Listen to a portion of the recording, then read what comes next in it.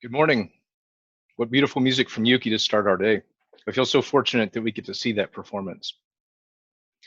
Welcome to worship with the community of Westside Unitarian Universalist Church, where compassion leads us to work for justice and equality. I'm glad you are here joining us for our virtual service today. It's my hope that this gathering will renew your sense of community and connection and nourish your heart, mind, and spirit. My name is Spencer Maxwell, and I'm the worship associate this morning. Rev Shari will be back live next Sunday, and today we'll be sharing a favorite recorded reflection that she gave a few years ago. I'm so glad that we can stay connected through virtual worship in this time of sheltering at home. I want to thank our technology helpers today, including Caroline Nixon, Donald Kennard, and Nikki Kennedy. And thanks to our wonderful pianist, Yuki Kamamutu, for providing music. Be you a spiritual seeker, an atheist, or a theist, whether you find inspiration in the great books or the great outdoors or great conversations, all are welcome in our inclusive congregation. If you are so moved, you can try out the chat feature on Zoom by typing in some words of welcome to both members and visitors who are joining us this morning. On behalf of our community, I say to all, welcome. Today's order of service is a PDF. A link was provided via email and will also be posted in the chat for you to download. Please continue to watch your inbox, the church website, and our Facebook page for updates on how church groups are meeting and how you can participate in programs and stay connected. You can also stick around after our service ends today if you would like to join us for virtual coffee hour. We'll be putting people into breakout rooms of about 4 people each so you can connect with one another. First, I invite you to consider what will help you be present for this worship service. Please make yourself comfortable wherever you are this morning. You may wish to set your phone to silent or close the door. As we go through the service, I invite you to do what you need to do for your body to be comfortable and engaged. Now let us worship together as we listen to this morning's prelude.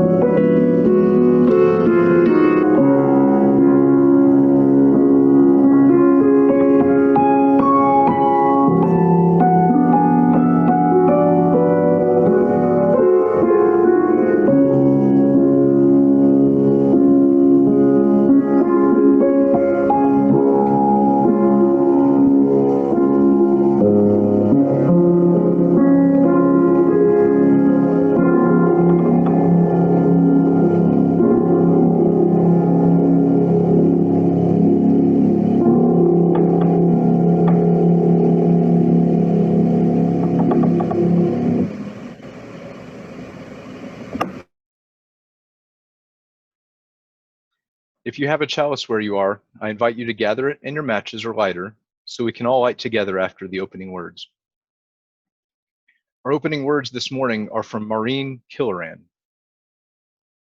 We are called today from the midst of pain and challenge. We are called to praise the world. From a world that appears broken, we are called to praise life's moments of joy and grace. From time that seems to freeze and ongoing exchanges of platitudes and blame, we are called to reach out to those around us, to connect with those we care about, to try to make amends with those from whom we are estranged. The world is too fragile. There is too much pain. Let us bring our hearts together on this day. Let us praise the mutilated world in all its blessing and pain. I'll now invite my daughter, Finley Maxwell, to help me light the chalice.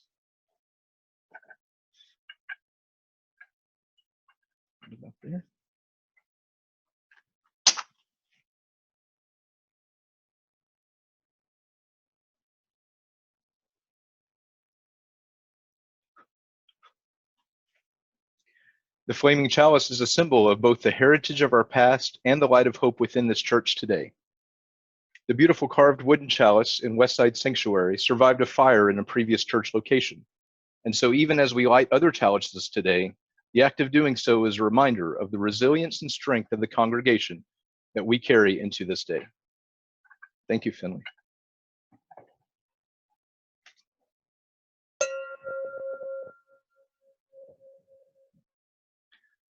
Our chalice song this morning is Rise Up, O Flame. Words are in the order of service and presented here on the screen.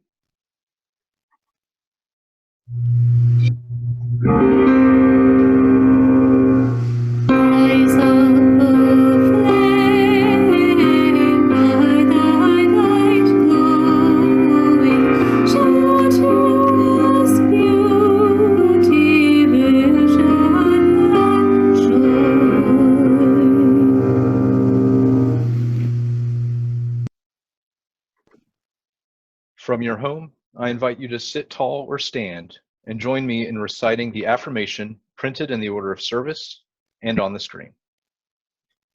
Love is the doctrine of this church. The quest of truth is its sacrament, and service is its prayer.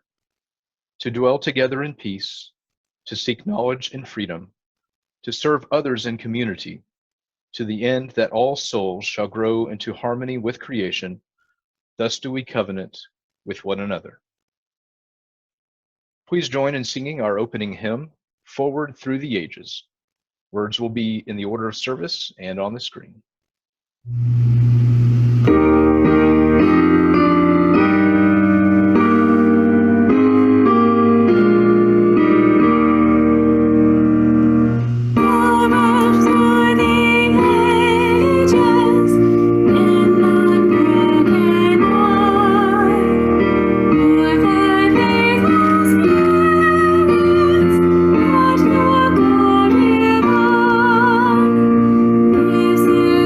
Different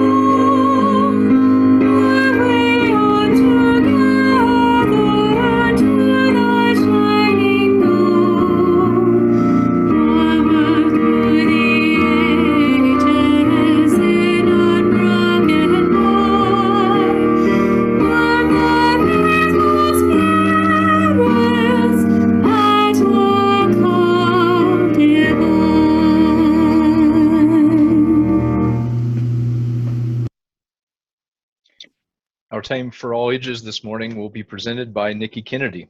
She reminds us that it's good to look for heroes in our lives.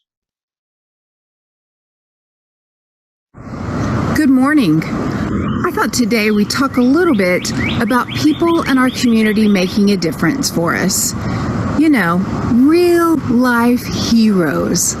When I think of people that help me, especially in hard and difficult and scary times, I always think of a quote from Mr. Rogers. Some of you have probably heard it, but I'm going to share it again. To quote Mr. Rogers, he said, "When I was a boy and I would see scary things in the news, my mother would always tell me to look for the helpers because there are always people helping." As I just think about the day I've had today and all the people that I've seen truly helping our community, I think of waste collectors. My trash was picked up today. I'm so thankful there's people that do that in our community. I think of linemen. My neighbor had a tree fall on her electrical cord to her house this week, and the lineman came out and reconnected it, so she again has power. I also think about all those that help keep us healthy, the doctors and the nurses and all of the staff, those that provide meals for when we're sick, those that keep facilities clean, the therapists that help us recover and become healthier again as well. You guys, there's so many people, seen and unseen, that contribute to keeping us healthy every day. I also think about our postal workers. I mean, all the mail carriers, all the staff, all the truck drivers, all those that help get mail to us, whether it be a handwritten note or a bill or maybe an exciting announcement. There's so many people that allow me to connect with the world I live in. And how can we talk about community helpers and not mention educators? I mean, teachers, the administrators, and all the staff that help make education possible. It's no small feat to help us all learn. But you know, it's interesting because learning is different now than we thought it'd be.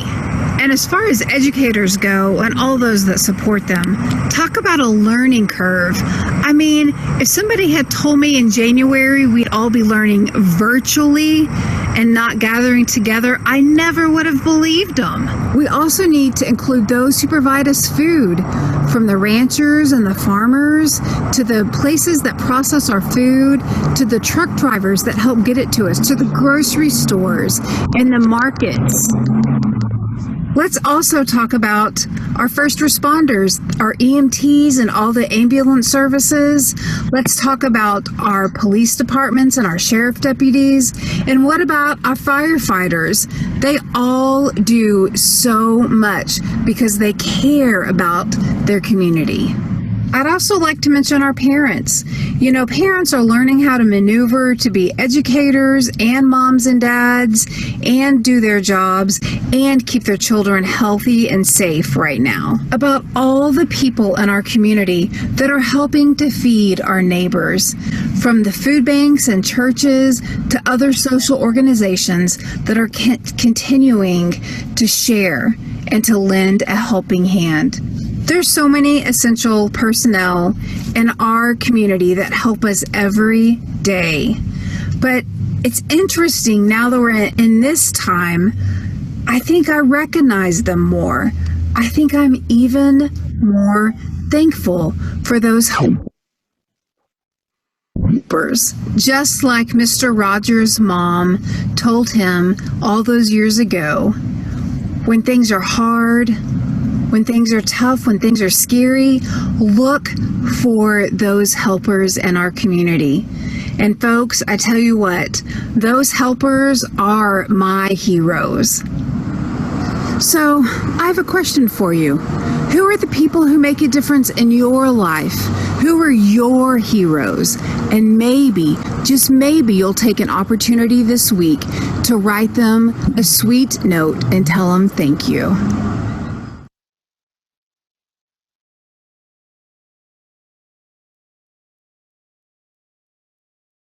Thank you, Nikki. I know we're all thankful for the helpers and heroes in our lives. I know I saw in the chat a couple of people have had some technical problems joining this morning, and I know even Leanne had some problems, so we'll try to get that worked out for next week. For those that are here, very happy that you made it. Glad that you're here. For joys and concerns, we have several submitted via email. You can also post them in the comments right now if you have a joy or concern you would like to share with all today. Just remember that because we're live streaming and we'll post this recording, things shared today could be heard by many. As we share our joys with others, those joys are multiplied. As we share our concerns, our community can offer its care. We'll start with joys. This is from Caroline Nixon, president of the SCAC board, and Nikki Kennedy. The South Central Alliance of Churches, SCAC, the local social service agency that Westside so generously supports, has been recreating itself to help during the pandemic. Because of the incredible generosity from our neighbor congregations, we are able to continue to help our neighbors. On Friday, we learned from some of our Fort Worth ISD teachers that families have had utilities cut off. These teachers are able to continue to go above and beyond to help meet the needs of their students and stay in touch with them. SCAC was able to jump into action immediately, working with District 8 of the City Council office to get utilities back on for many families, as well as learn about additional resources. A family with 6 kids who was out of work due to the pandemic had finally secured a 2-bedroom apartment, but had neither power nor water. They were spending days under the trees at the park and using the grill to warm up their food. They now have water thanks to District 8 and power thanks to SCAC. SCAC and their teachers have supplied them with food. These kids can now choose to be outside and to bathe and to wash their hands. Today, this family can play games inside and eat a meal together out of the heat. Sometimes it takes weeks of action, and sometimes only select people can benefit.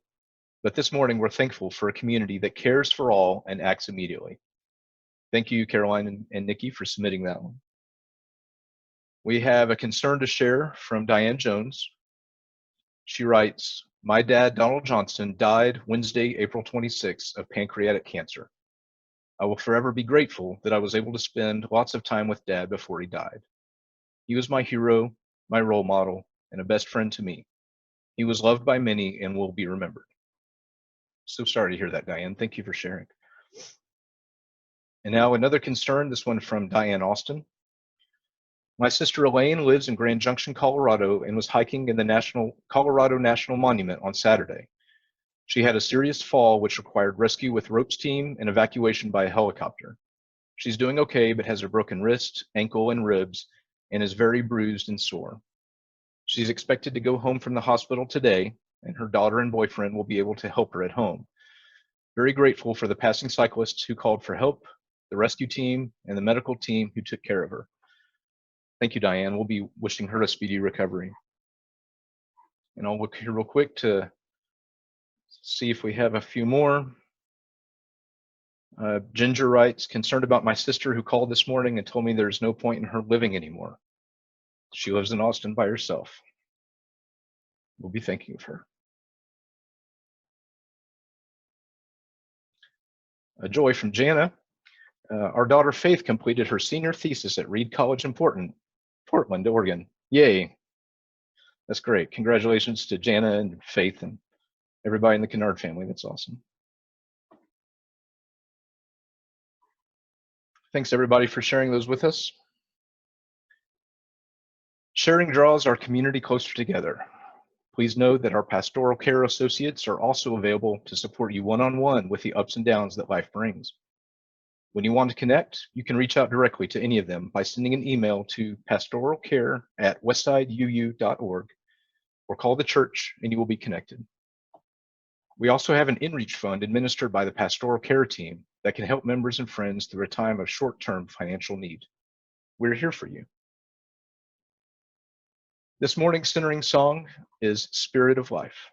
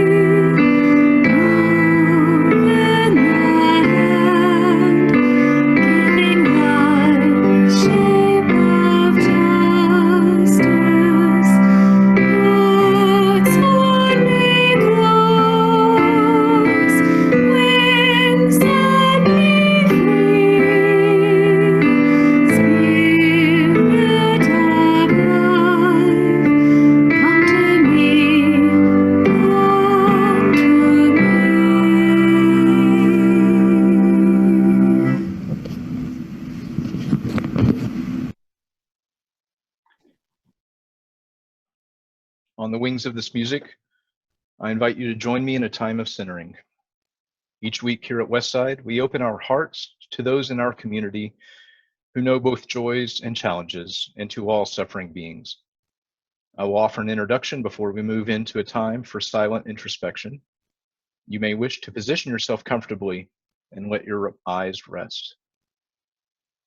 Keeping in mind that the recording of the service will be made public, I invite you to enter into the chat anyone you would like to call into our circle of care, and I'll read their names.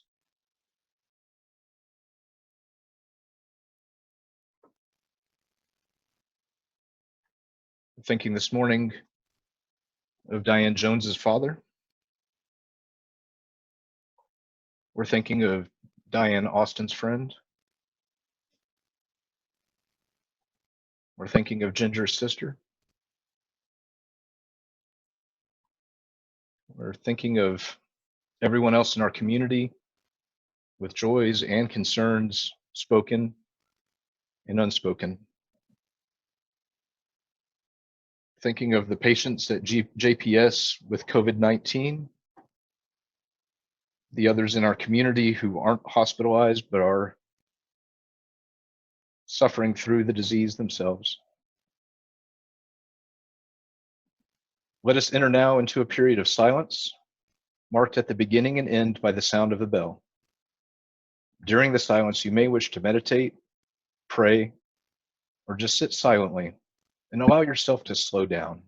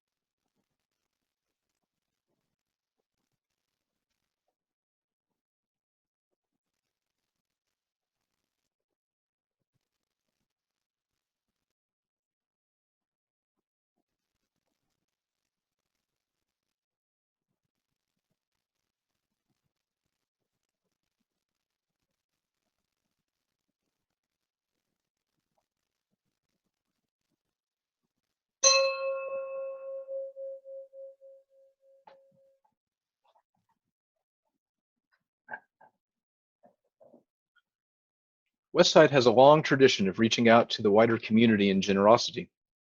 Because the needs of our church community and the communities around us have shifted during the pandemic, and because we've seen a drop in loose plate offerings since we shifted to meeting online, we recently introduced some new changes to our offerings. You'll find guidance in the order of service, in the chat, and in the afterword about 3 different causes to support and how you can give. In addition to giving online through our donation webpage or mailing a check to the church, you can now use the Give Plus app available through the Google Play Store or the Apple Store. Please know that payments on your pledge to support the church itself are needed just as much as ever. While we're not meeting in our building, we are still paying our mortgage, and our staff are finding new ways to continue our ministry. Thank you for being as faithful in your pledge as your circumstances allow. We also welcome donations to the church's InReach Fund. We recently dispersed our first pandemic-related check from this fund to a member facing financial difficulty. It is likely that more requests will come in, and we would like to be able to respond generously to our members and friends in need. Lastly, if you're in a position to provide financial support to community organizations helping to meet people's needs during this challenging time, we encourage you to make gifts directly to those organizations. One organization Westside has long supported that we encourage our members to continue to support is Samaritan House.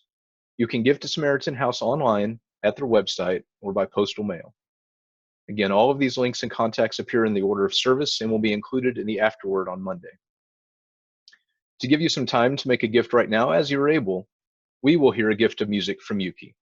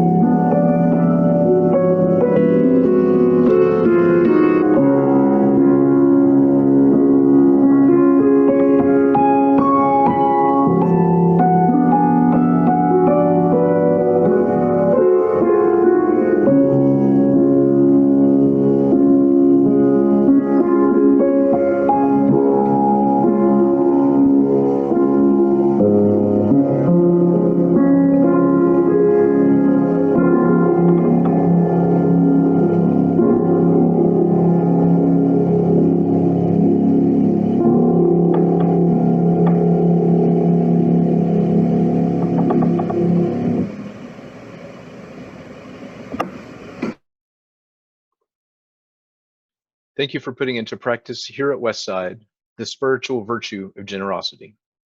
Our giving connects us and helps us ensure that our mission continues and connects us to the wider world of community. This morning's reflection is a pre-recorded favorite delivered by Rev Shari a couple of years ago. Let's hear about the hero path.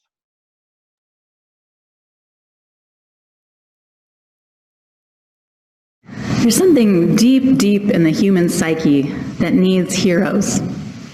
People to look up to, people to emulate. And every age supplies them. In pop culture today, they most often are distinguished by their superpowers, making them superheroes, as the children knew. They tend to be not only do-gooders, but also loners, often with strange backstories.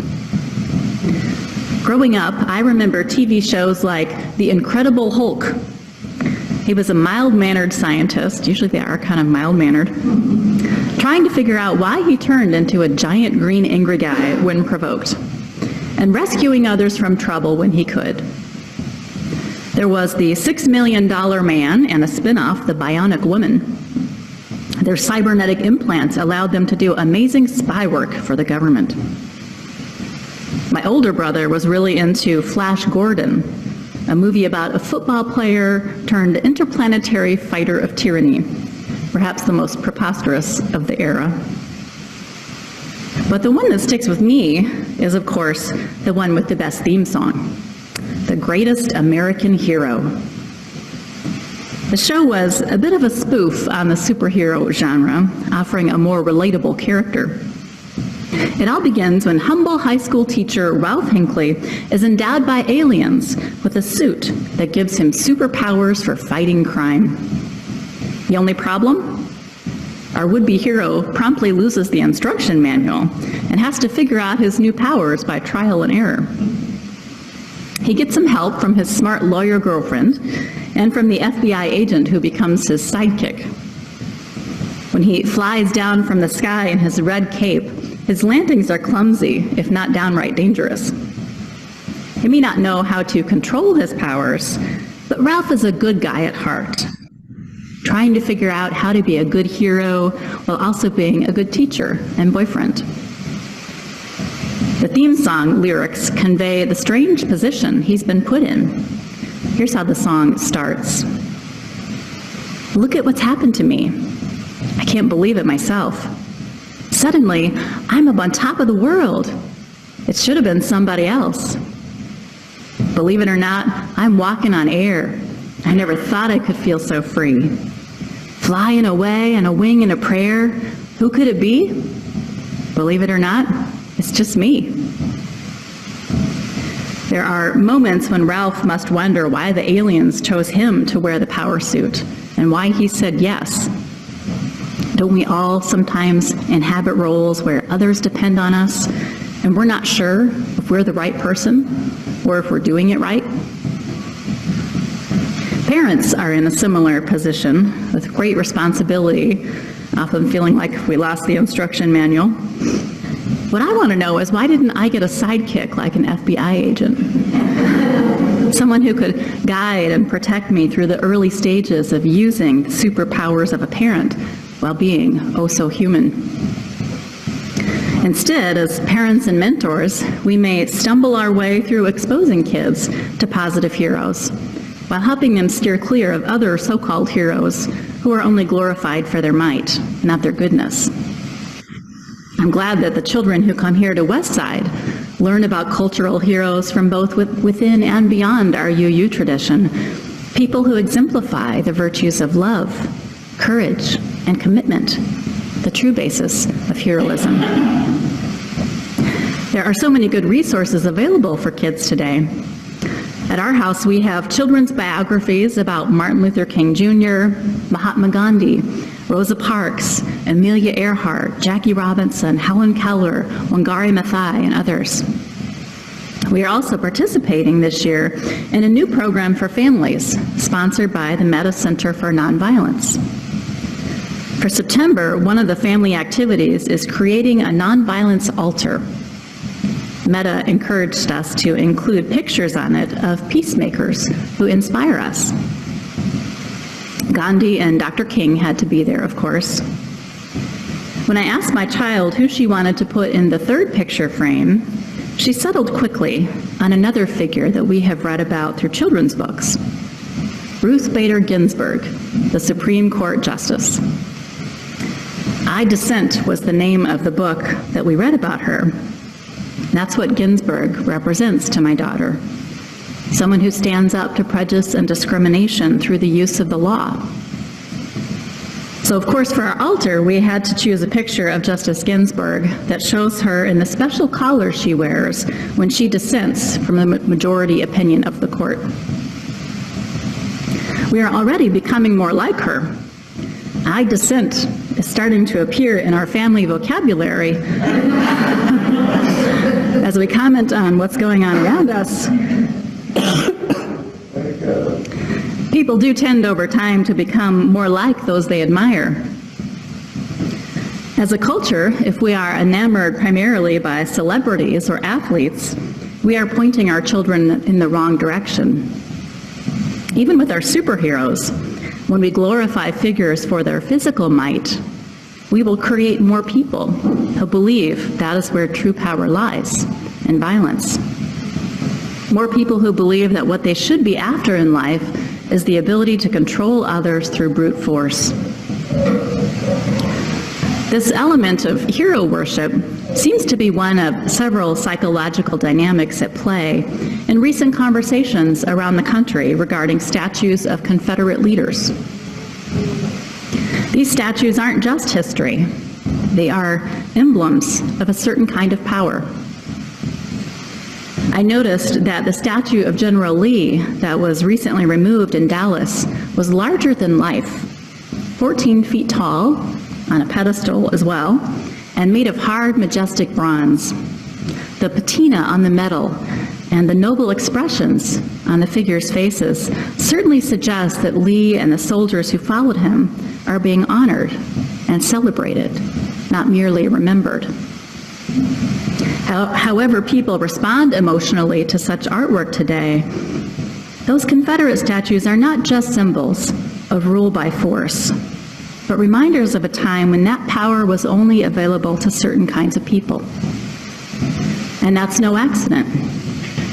It's exactly what most such monuments were intended to do. They were put in place all across the country in the early 1900s in a movement to present the failed rebels of the Confederacy as heroes, and to remind Black people that whites are still on the top of the social hierarchy.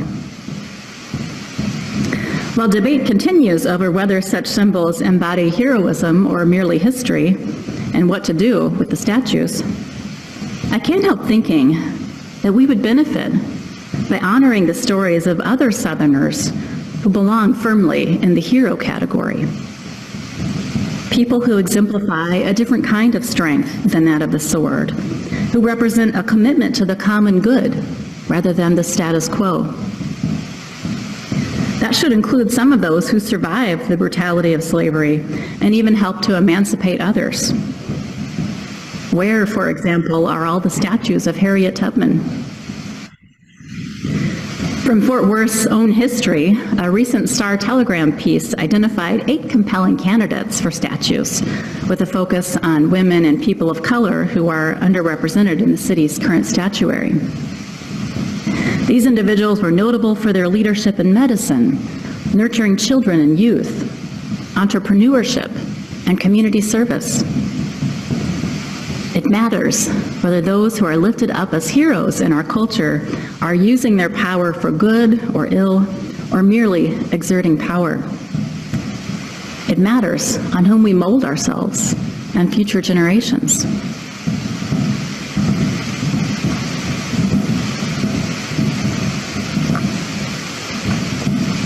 That's one of the reasons that heroes, whether made up or real life, are so enduring, because we all long to find our own way onto the hero path. Better the hero path than the zero path, right? We need a sense of purpose, even transcendent meaning, to guide our lives. As the great scholar of mythology, Joseph Campbell, reminded us in our reading, the heroes of all time have gone before us. We have only to follow the thread of the hero path. One of my personal heroes, Karen Armstrong, the prolific religious writer and advocate for compassion, has delved deeply into the past of many of the heroes preserved in the world's major religious traditions. Armstrong observes that the myths of the hero are not meant to give us historical information about Prometheus or Achilles, or for that matter, about Jesus or Buddha.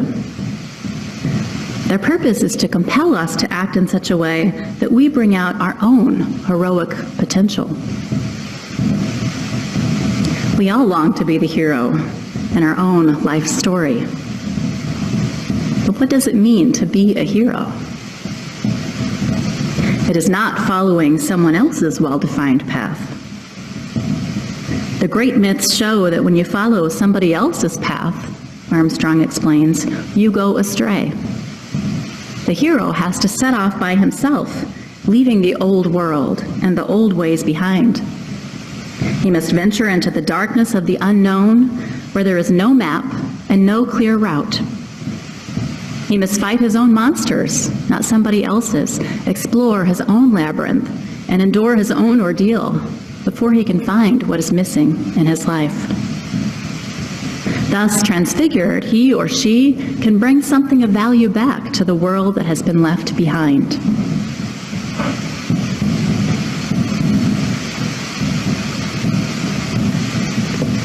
This was the lesson of mythology that Karen Armstrong learned through personal experience.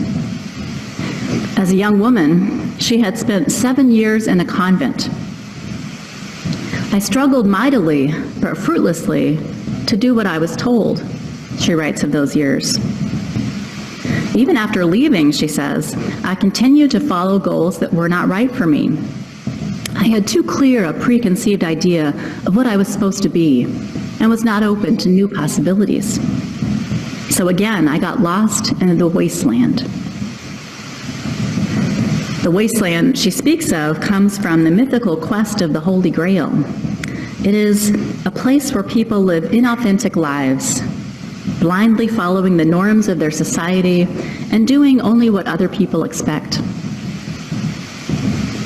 After various failed attempts at honorable but mismatched vocations, nun, teacher, even television personality, she writes, "Circumstances force me to find my own track and enter the forest at a point that I myself had chosen where there was no established path." Armstrong found herself once again living a solitary lifestyle, engrossed in the study of religion. On the surface, similar to her years in the convent.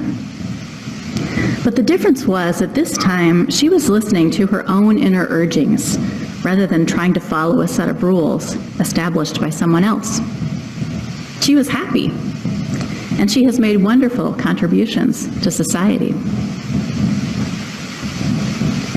But if the hero path is not clearly established, if it is unique for each person, then how does one know how to follow it? In studying the lives of people who are heroes to me, I've noticed time and again that they did not often see the long arc of their work. What they did do was trust their ability to discern in each moment what might be theirs to do. They regarded each experience as a source of learning that informed what they did next. And they had the stamina to keep going. Dr. King said, "Faith is taking the first step, even when you don't see the whole staircase." That's what he and other leaders of the civil rights movement did. That's what leaders of the Black Lives Matter movement today are doing. And it's what individuals following their own highest impulses often are doing in the heat of the moment. Just take the next step and the next.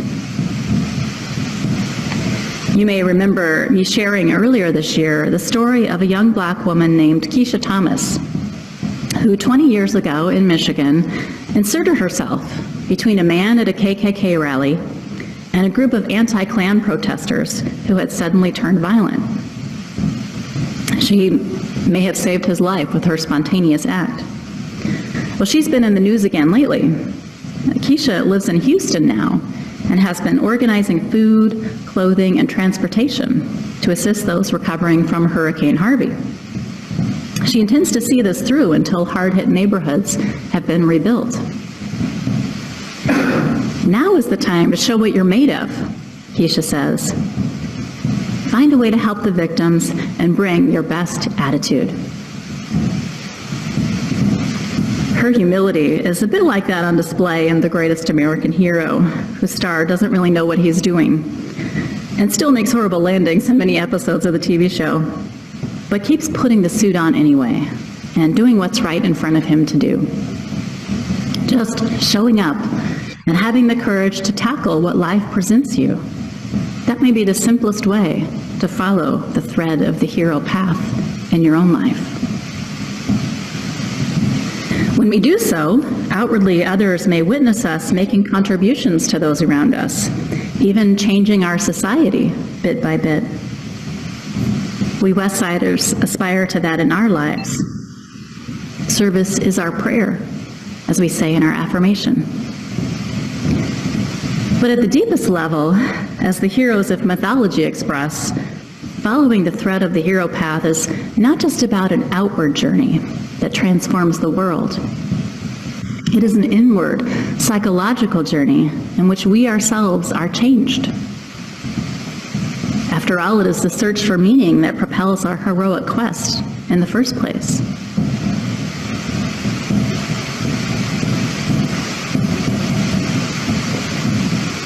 Karen Armstrong was gripped by what she called a longing for a more intense experience, shot through with transcendent meaning. It was what had initially led her to enter convent life as a young woman. After years of climbing out of the darkness that her damaging time in the convent had plunged her into, she had been transformed. She had studied the heroes of many religious traditions with a deep imagination and empathy. And she learned to extend that same compassion to herself, healing her own wounds. Well, this resulted in gifts for the whole world, like the project she began of a charter for compassion. It could not have happened without the inward transformation that Armstrong herself went through. She speaks from firsthand experience when she testifies to the power and universality of compassion. Recently, as I began reading with my daughter a children's biography of Gandhi, another part of the Metta Center's family curriculum on nonviolence, I was reminded that Gandhi's journey, too, was as much an inward quest as it was an adventure in the world. Though we remember him for his achievements in the political field, helping to free India from British rule without firing a single shot, Gandhi saw his own life on spiritual terms. Gandhi Searches for Truth is the title of the children's biography, and its first chapter tells how from the earliest of his childhood, Gandhi had decided that what he wanted most in life was to discover the truth. Likewise, his autobiography, The Story of My Experiments with Truth, reflects the centrality of this inner search. We say every week here that the quest of truth is our sacrament. It was Gandhi's too. That is how he became the hero to so many.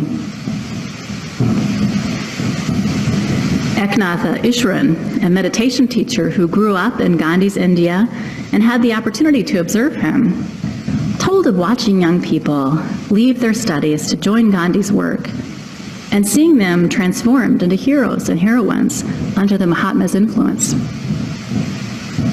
I wanted to know, Ishran recalls simply, the secret of his power.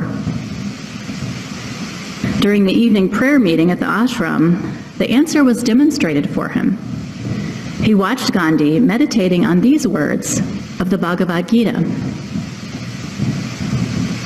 He lives in wisdom who sees himself in all and all in him, whose love for the Lord of love has consumed every selfish desire and sense craving, tormenting the heart.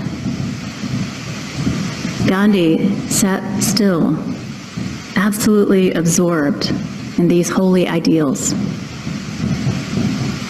I was no longer hearing the Gita, Ishran reports. I was seeing it, seeing the transformation it describes. This was what transformed Gandhi, sending out ripples of heroism from that ashram, from his life, ripples that are still fanning out all over the world. Gandhi was transformed by his love for the highest truth that he could touch.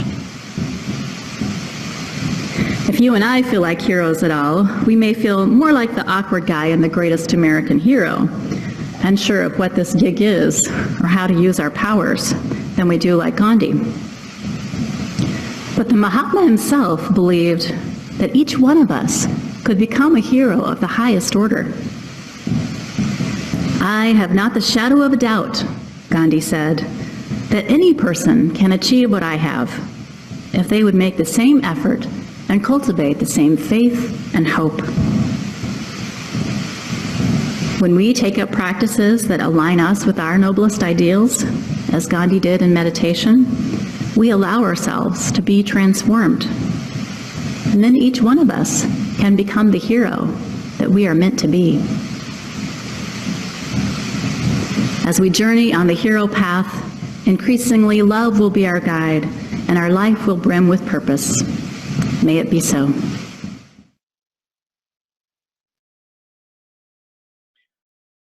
Thank you to Reverend Shari for those words this morning.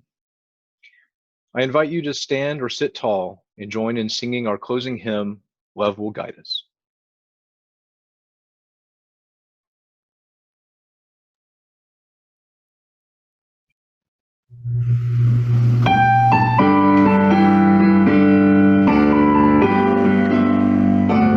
Love will guide us, peace has tried us, hope inside us, winning the way on the road from greed to give.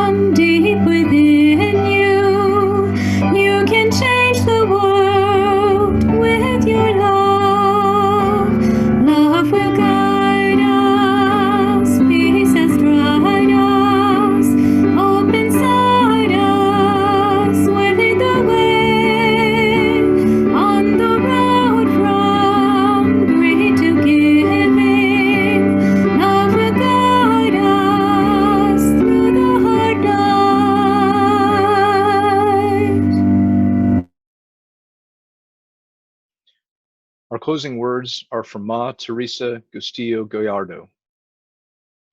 Some came here to be blessed with answers in a tumultuous world. Let us hope too, however, that many of us have been blessed with questions to direct us with a clarity of mind, to steer our logic toward kindness and justice always.